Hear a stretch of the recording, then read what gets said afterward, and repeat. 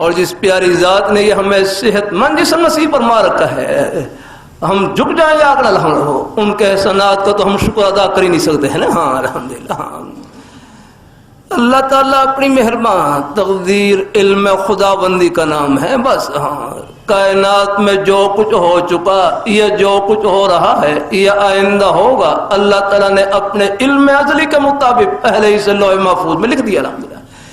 یہ مطلب نہیں کہ جو لکھا ہے وہ کرنا ہے تاکہ جبر لازم آئے، مجبور ہونا، بلکہ ہم نے اپنے ارادے اور اختیار سے جو کچھ کرنا ہے وہ اللہ میاں کو پہلے سے معلوم کیا رکھنا. ہمیں تو گاڑی کے حادثے کے بعد پتہ چلتا ہے کہ گاڑی کا حادثہ ہو گیا ہے فلاں فلاں وقت، اور اللہ میاں کو حادثے سے پہلے ہی معلوم کرتا ہے یہ کہاں یہ ٹکر ہونے والی، کہاں حادثہ ہونے والا. اللہ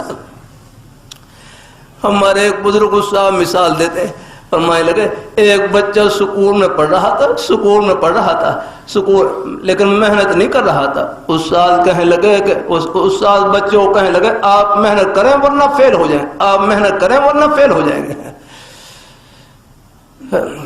بہرحال امتحان ہوا، امتحان میں وہ بچہ فیل ہو گیا،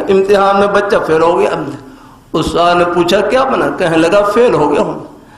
استاد نے پوچھا کیوں، کہ آپ نے جو فرمایا تھا، آپ نے جو کہا تھا فیل ہونا ہے فیل ہو گیا ہوں، آپ نے جو کہا تھا فیل ہونا ہے فیل ہو گیا ہوں.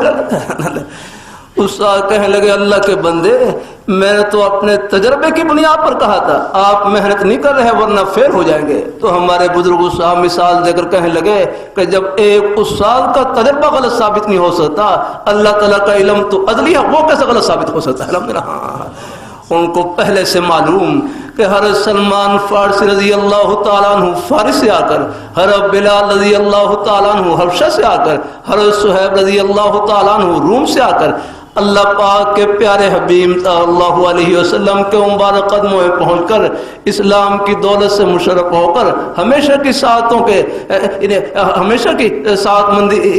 مندی میں داخل ہو جائیں گے الحمدللہ. اور ابو جہل، عتبہ، شیبہ یہ اپنی ضد اور عناد اور ہردرمی کی وجہ سے پاس رہ کر یہ ہمیشہ کی بدبختی میں اور ہمیشہ کی محرومی میں چلے جائیں. ان کو پہلے سے معلوم ہے.